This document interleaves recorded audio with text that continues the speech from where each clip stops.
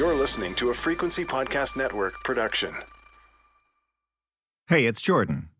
It is Saturday, and that means it's time for us to take a little look into the pockets and bank accounts of someone else and use that to try to understand how our economy works, why it's so expensive these days, and what we can all do to find ways to afford the things that we thought we always would.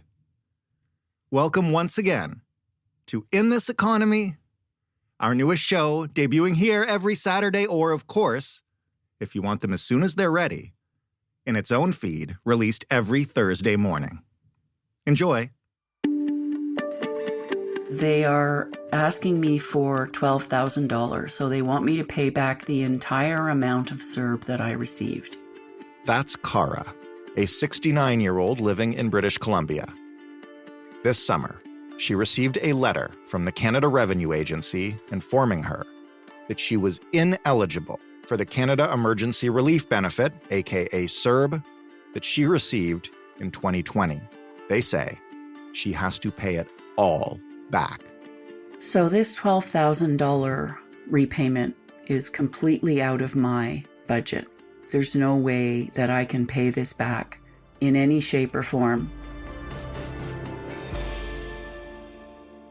Before the pandemic, Cara was making about $29,000 a year, working part-time at a college and occasionally teaching classes at her local community center. When the world shut down in March of 2020, so did the community center. Cara lost nearly half of her income. She was, however, able to keep working remotely at her part-time job with the college, bringing in $1,300 a month.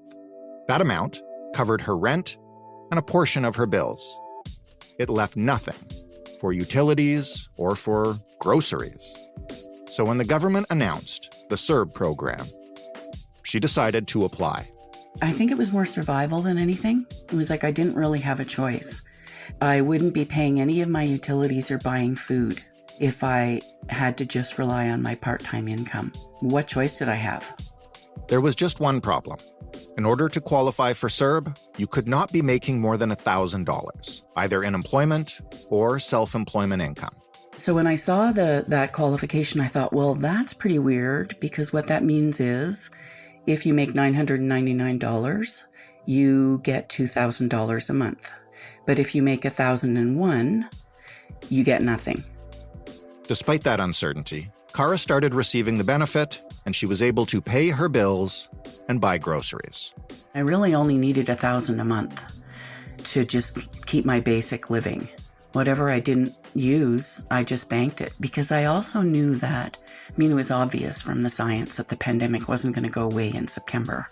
And I didn't know whether the government was going to put together any other benefit packages or support packages. And so I just banked it. And the irony is that it's probably the first time in my life where I had emergency savings. Cara used that savings to help cover expenses until the end of 2020. Today, right now, almost 4 years later, she is still not making what she was before the pandemic. I'm not doing in-person classes. I'm not teaching at the community center. So I'm having to find ways to generate income digitally, and I'm basically just staying above water. And like many of us, Cara's expenses have only gone up.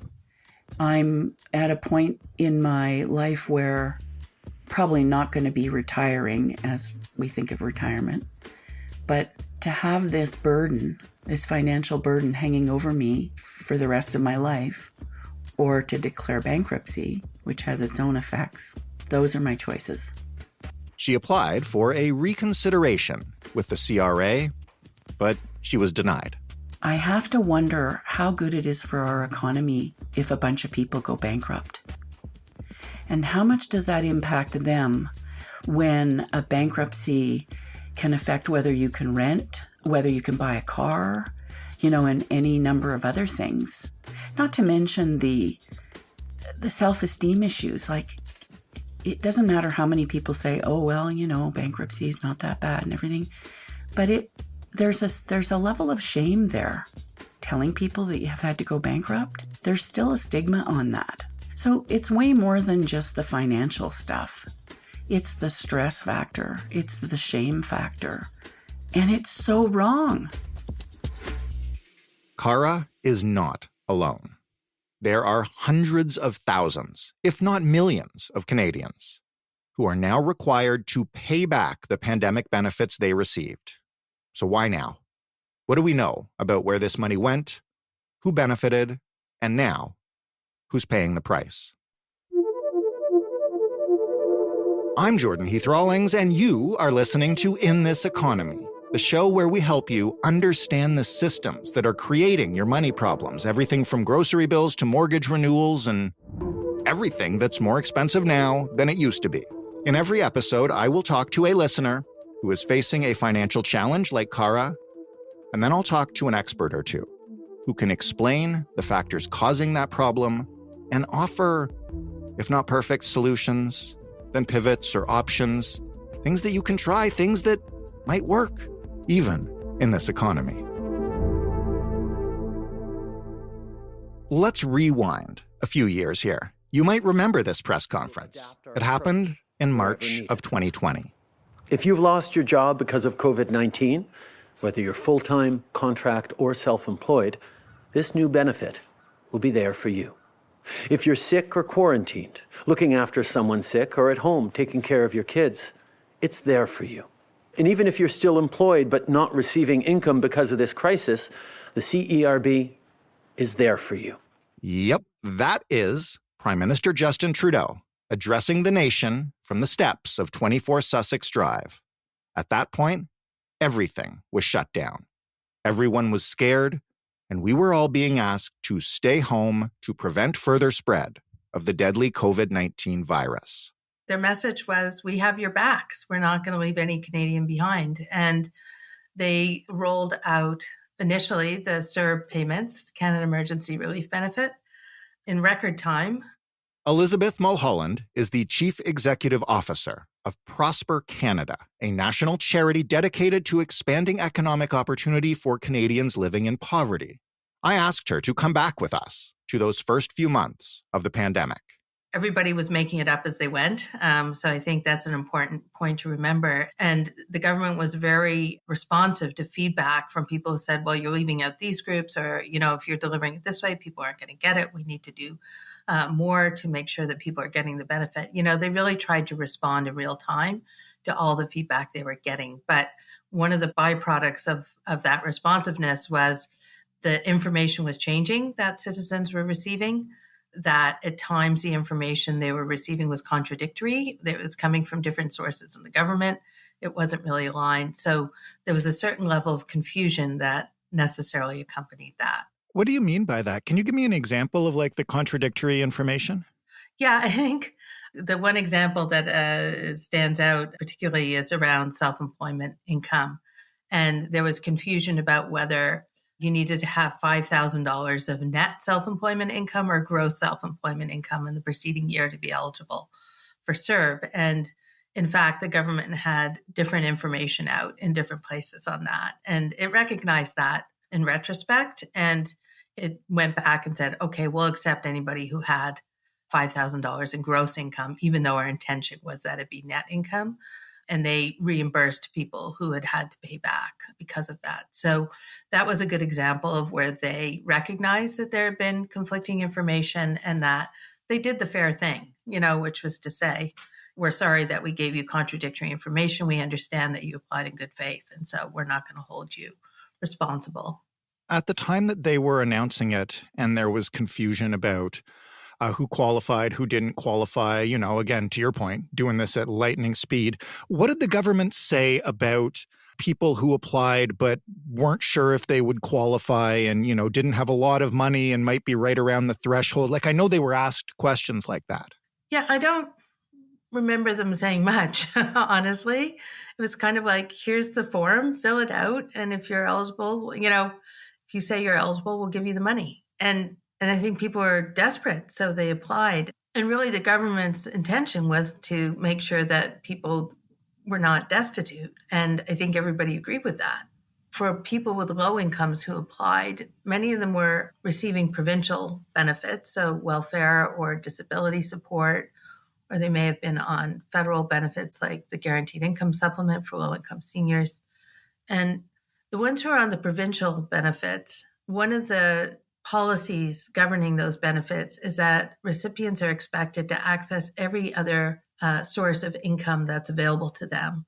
And that policy got applied, and their caseworkers were telling them across the country, you need to apply to CERB.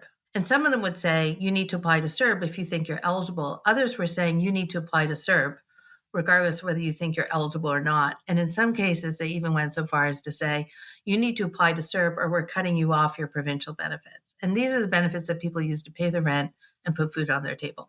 It was a very confusing time. And some people had the luxury of making an independent judgment and being able to make up their own mind about whether they were eligible or not. But other people weren't given that choice. What was the tone at the time for people who were unsure if they qualified and didn't know whether or not they'd have to pay it back or whatever? Did the government say anything about those people? Or like what would happen if you were found to be ineligible later?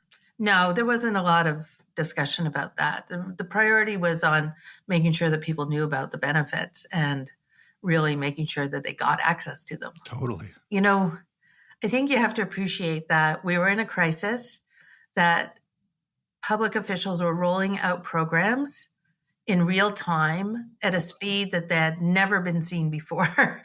And that they were solving the most urgent problems first. And the urgent problem was to make sure people knew about the benefits and were getting them.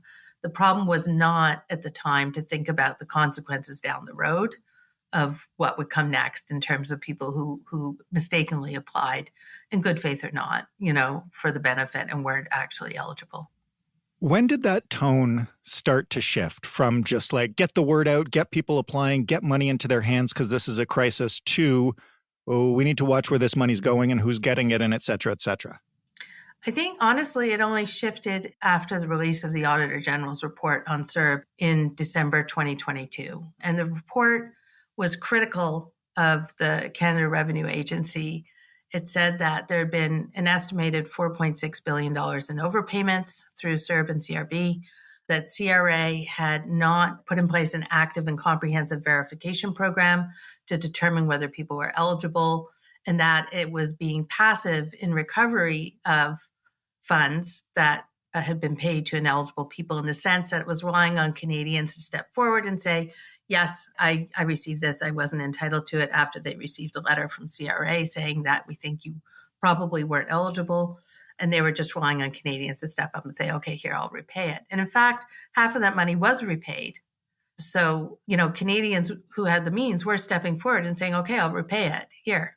And CRA was very much relying on them to do that. And they were not aggressively pursuing people who had not paid. I think on the understanding that a lot of them were quite low income, and a lot of people were struggling financially still during the pandemic, and that there was really no percentage in going after these people when they were down and struggling financially, because most of them would probably fit the hardship provisions that CRA applies when it determines whether you need to repay your debts, or when or how much. And so they, I think, had made a determination that this really wasn't the place to put their energies. The Auditor General disagreed and was quite aggressive in recommending that they need to step it up and start to go after, because there was a 3-year window under which CRA could reclaim payments to people who are ineligible. But when the Auditor General puts out a report like that, if the criticisms get taken up by the opposition parties, by the media, by various interest groups, and so it creates a lot of pressure on the agency and on the government more broadly to be seen to be responding. And a lot of people who are making judgments about CRA and the fairness of the tax system are doing it without the benefit of all the knowledge that CRA may have, or others who are closer to the issue about the extenuating circumstances and who these people are. So I think, CRA was on the hook to publicly and formally respond to the Auditor General's recommendations. And if they didn't, then that would become a major political issue for the government, because the opposition would go to town on them, as well as various interest groups that had a stake in this. So there were concerns raised, which are not ill-founded on how are Canadians going to feel who didn't apply for CERB or who applied and were deemed ineligible and then paid it back if they find out that other people weren't eligible and don't have to pay it back. And that raises real issues about the fairness and integrity of the tax system, which are legitimate concerns for CRA and the government. So I think, they're trying to walk a fine line in response to that report. So that is when the tone shifted. Mm-hmm. What actually shifted? And from that point on, what did the CRA do to get that money back? What did the process look like? Well, I think they communicated with people by letter. And what they say is, we think you were not eligible. Here's how much you owe the government. And, please contact us to make a repayment plan. But if you don't, we're going to start just recouping the money. And the way they do that is when you file your taxes, then they take it out of your refund or, certain benefits, federal benefits were protected. So they couldn't take it out of those benefit payments, but other things weren't. People who expected to receive money back when they tax filed, which is most low-income people, suddenly saw that they weren't getting the refund that they anticipated because the CERB debt was being collected from that. You mentioned that the CRA has a threshold to determine like low-income hardship, whether or not you can pay them back. How does that work, and how do they determine who qualifies? I think they used the low-income cutoff as a measure of poverty, and that's one factor that goes into. The problem is that how they determine hardship is not a transparent process or broadly understood outside the agency. It's hard for people to know whether they would qualify for that hardship provision or not. And so that for people who are very low income and now believe they owe CRA a lot of money, their instinct may be, if I can't determine in advance whether I would qualify for that, then I'm not going to contact CRA. And in fact, I'm just going to stop tax filing and just try to avoid dealing with them just because there's no way I can pay back this debt. So it's a bit of a vicious cycle. That lack of transparency creates real fear and uncertainty, which leads to people being cut off from important income that they rely on through the tax filing process. So, okay, well, I have the numbers here, and the low-income cutoff in this country, according to Statistics Canada, is $15,000 for a person in a rural area and $23,000 if you're in a city with over 500,000 people. I guess my question is, that seems low to me. Is that a reasonable threshold? No, it's not. In fact, it's not even consistent with the federal government's official poverty measure, which is the low income measure, which is considerably higher than that, and which is tailored to the different regional costs. So really, depending on where you live, it's based on a market basket of goods that the average household would need. So it's an inappropriate measure to use. It's far too low.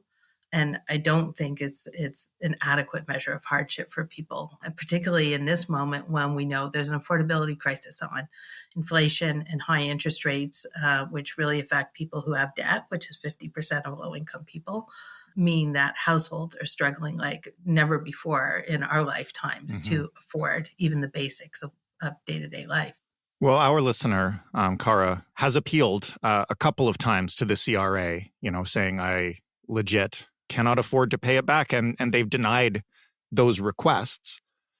What do people do in that situation? You kind of mentioned just starting to avoid the CRA entirely. How should we handle that kind of stuff so that we don't end up with people, hating the revenue agency or going bankrupt in response to a debt that the government says they owe, which I don't think, and correct me if I'm wrong, can be the way the government wants that to work. One would hope it isn't, but I think that this needs to be solved at the political level. The elected officials need to take on this problem. CRA is an administrative agency. It can't set policy. It can't change the rules, but the government can.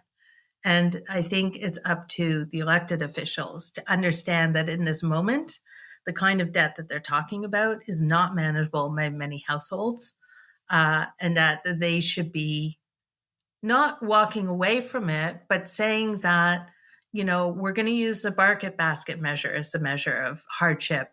And we're also going to be flexible, recognizing that people right up into the middle class, their mortgage costs have gone through the roof, et cetera. The cost of food has gone up, the cost of energy, everything is more pricey than it was. So we're going to encourage CRA to be flexible and to really work with people on coming up with a repayment plan that, if you're above the market basket measure of poverty, is manageable for you at this moment. And if you're below that threshold, we're going to say you are automatically in hardship, and we are not going to ask for repayment. We are not going to impose interest, and we are not going to impose penalties during this time. If your income improves, then we're going to ask you to talk to CRA and to work on a repayment plan that's manageable for you. But until then, you do not have to pay back this debt. And it's not saying we're writing it off completely, but it's saying as long as you're living in poverty, we agree that it would be imposing undue hardship on you to ask you to pay this back. And that has always been CRA's policy in the sense, or the government's policy, is that we don't ask people to pay back when it's going to interfere with their ability to put food on the table, keep a roof over their head. Like people have to be able to meet their basic needs. And it's not in anybody's interest to undermine people's ability to do that. And they need to make sure that they're taking the right measures to ensure that for people who live below the poverty line, but also people who are modest income, who are also really struggling right now. It's really important that you mention it as a political solution that needs to be found, because this is what I've been wrestling with since I talked to Cara, is you have, on the one hand, the CRA just enforcing the rules that they're given, and the government is the one that has the ability to direct them. And every second word out of this government's mouth is about they understand the affordability crisis and they understand that things cost more and they're on your side. And so it just seems to me like these two things together don't make any sense. So I'm really confused as to why they haven't moved on this, especially because they're getting hammered every day on affordability. Yeah, and I think the actions need to match the words, and they're not in this case. I think when governments are sinking in the polls, the tendency is to want to go for the shiny things that they think will improve their political prospects and not to deal with the more substantive and less sexy issues that are fundamental to people's well-being in some cases. And I think this is one of them. I think a lot of people want to turn the page on the pandemic. They don't want to talk about it anymore. They want to move on. It was not a great period in many people's lives.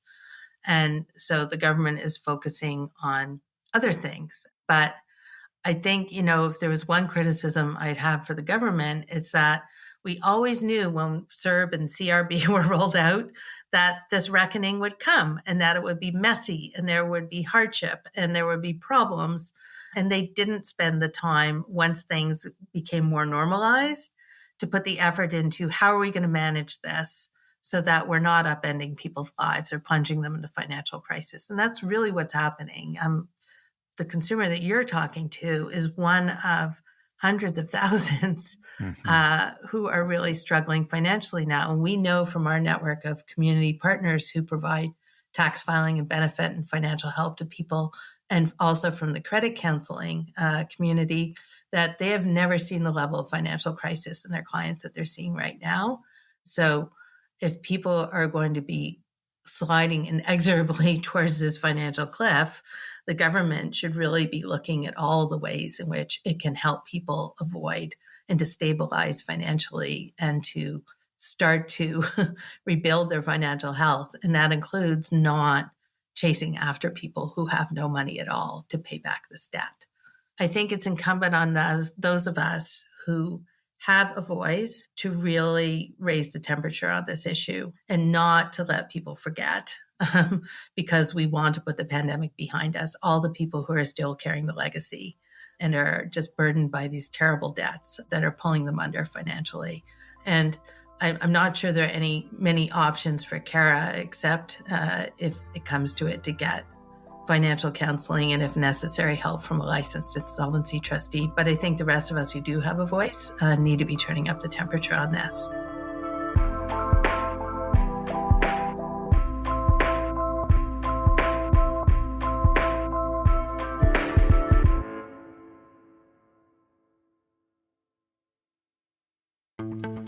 As you heard, Cara is considering filing for bankruptcy. To help her and to help others who might be in a similar situation, we decided to take Elizabeth's advice and call up a licensed insolvency trustee. Well, yes, we've definitely had a lot of phone calls from people with CERB, and it's come in two waves. Doug Hoyes is the co-founder of Hoyes, Michaelis & Associates, a firm of licensed insolvency trustees in Ontario. He's also the author of Straight Talk on Your Money, and he hosts the Debt Free in 30 podcast. First wave was in 2022 when the government did their first round of collections, and that was going after the people where it was a huge number and it was quite obvious. What we've been seeing more recently, so probably starting around August of 2023 and continuing through the fall and into the winter, is the government is now pursuing people with much smaller amounts. So I get a lot of calls from people who owe $2,000. And that's a strange amount, but it's because the first month of the pandemic, nobody really understood what was going on. So you could apply through CRA or you could apply through Service Canada. So people would apply through CRA and they didn't know if it had been received or not. So they'd apply through Service Canada. And then they ended up getting 2 payments instead of 1.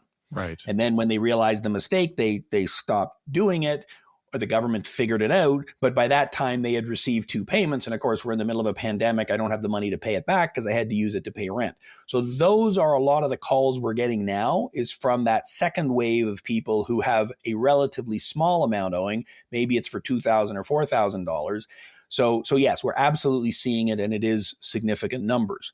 The number of consumer insolvencies filed in Ontario so far this year is up about 30%. Wow. Now, numbers don't mean anything without any context. And I can tell you that the number of people filing insolvency in 2023 is still lower than the number of people who filed in 2019. Okay. So not crazy. Well, we had the big credit crisis back in 2008, 2009. That's when personal insolvencies peaked. There were a lot of people, certainly in the US, losing their home, but that filtered through to Canada. And then we had a period of significant expansion. Interest rates were going down. So from like 2010 to, for 7, 8, 10 years, the insolvency rate was actually falling. And then it bottomed out sort of around 2017, 2018. We started to accumulate more and more debt. We had a fairly significant number of insolvencies in 2019, although not as big as 2008, 2009. And then boom, the pandemic hit, everything shut down, insolvencies dropped by 50%. Because lots of people were getting benefits. Well, yes. And the reason you file an insolvency is I don't want my wages to be garnished. Well, if you're not working, you don't have any wages to garnish. Right. And if the courts are closed down, nobody can take you to court and sue you to garnish your wages anyways. So there was a massive drop in the number of insolvencies. 2020 was a very low year, well, after March. And then it only gradually began to pick up in the ensuing years. So 2023, it's up 30%, but it's up over a much lower number than it was before. Now, my prediction is that by 2024, we will be back to the numbers we were seeing before the pandemic. And I know that because when you look at things like credit card debt, for the first time ever, we are now over $100 billion in credit card debt, which is significantly more than it was in 2019. So credit card debt going up leads to insolvencies going up. So I expect the numbers to be higher next year. Now, why is that? Well, inflation. It costs a lot more to live. Our incomes are not going up as much as inflation is going up. And as a result, we're using debt to survive. And when I say we, there are 2 groups of Canadians. There's the group that has owned a house for 20 years and everything's great. The mortgage is paid off. House prices are way up. The stocks are up. I can now put my money in the bank and earn 5%. It's great. Those people aren't having any trouble at all. But anyone who didn't own an asset like a house or stocks or whatever before the pandemic started, those are the people who are getting hammered. Because they're renters and their rent has gone way up. They spend a significant portion of their income on necessities like food. That's way up. And so those are the people that are resorting to debt. Those are the people that are calling my office. And a lot of those people are the people who got CERB. The reason they're in debt is because their work was interrupted during the pandemic. So it's a double whammy. Their income dropped and now they're being required to pay back the CERB. Those are a lot of the people we're seeing today. For those who don't know, as it pertains to an individual, not a company or business, what is bankruptcy? Well, bankruptcy is a legal process, so it's governed by the Bankruptcy and Insolvency Act. And in really simple terms, you surrender your assets, but you also lose your debts. So if you own a fancy home with no mortgage and you go bankrupt, well, you lose your home. Most people who are going bankrupt don't have a lot of assets. That's why they're going bankrupt. The main reason they go bankrupt is to eliminate their debts so that the people they owe money to aren't taking them to court, suing them, garnishing their wages. So it is a way to eliminate your debts. How do you make the call on whether or not it's a good idea to file for bankruptcy? What does a person consider when they're looking at that? Well, my advice is always to talk to a licensed insolvency trustee who can walk you through all of these things.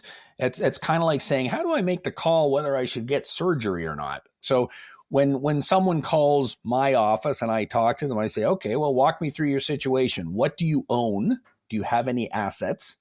Because if you do, well, maybe you can sell them and pay off your debts. Second question, what debts do you have? Who do you owe money to? If you owe $100 on your phone bill, well, you don't need to go bankrupt, call them up, make a plan to pay it off. But if your debts are more than you can realistically hope to ever repay, that's when you have to start considering the formal legal solutions, of which the two primary ones in Canada are bankruptcies and consumer proposals. The reason you declare bankruptcy, it's not just because you have a lot of debt. I mean, every Canadian now who owns a home has $1 million mortgage.